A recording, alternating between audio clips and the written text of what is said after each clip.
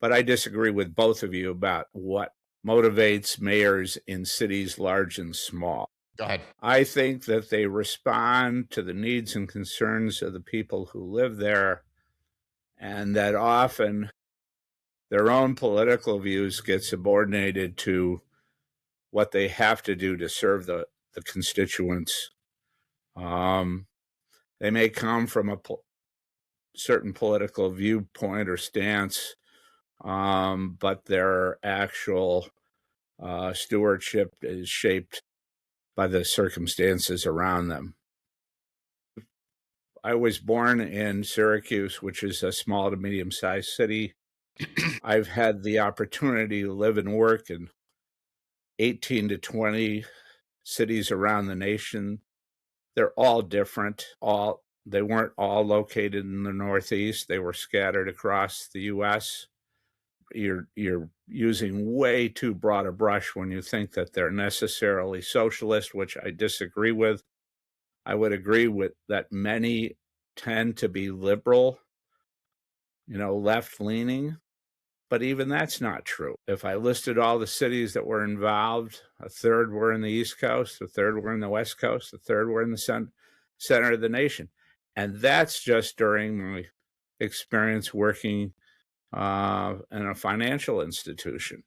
I've also lived, like Nancy, or visited a number of countries overseas. I think it's up to almost 45 now. So I'm not going to draw that broad brush. Well, so the brush, I didn't mean to paint a picture of that's why they're all being socialist. That's why I think there's a general left-leaning trend.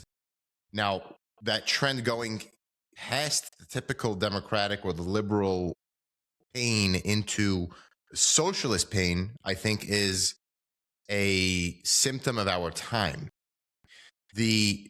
Because of the polarization and the extremities we're being forced to.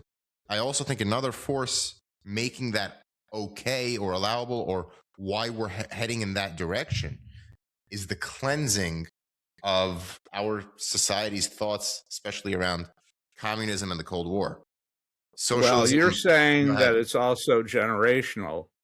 And to test your theory, sure, we should expect that major cities in the Northwest, the Chicago area, other so-called left-leaning, will all move farther left in the next coming generation elections. I don't know that that's going to happen. I'd give it a shot. I mean, that's what I believe. Think of Bernie Sanders' support among the younger generation. It's unmatched. The second he reintroduced socialism or democratic socialism in 2016. But again, you guys are doing it from your experience, or drawing these conclusions from your learned experience where you grew up and to where you are today. I'm looking back over a much longer arc of time. I'll give you an example that completely is diametric to what you're saying, and that's Syracuse, New York, where I'm sitting right now. The current and outgoing mayor came from a very strong Republican background. His father was a U.S. congressman for 20 years. Before that, he was mayor of the city of Syracuse. His grandfather was mayor of the city of Syracuse. He was identified as a young man as a Republican.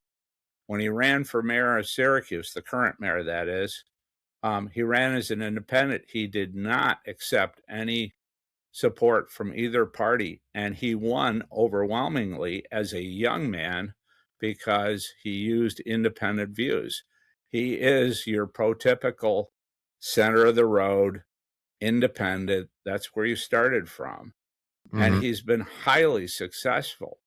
Now, this is a democratic city area. It's like New York City. Most of the upstate cities are very strong Democrat, 2-to-1, 3-to-1 voter ratios, but we're surrounded by a very strong Republican county, rural areas. Up in the Adirondacks, where I spend most of my time, I live in Stephanics, 22 county Yep. district. Yeah. 22 counties. Can you imagine that?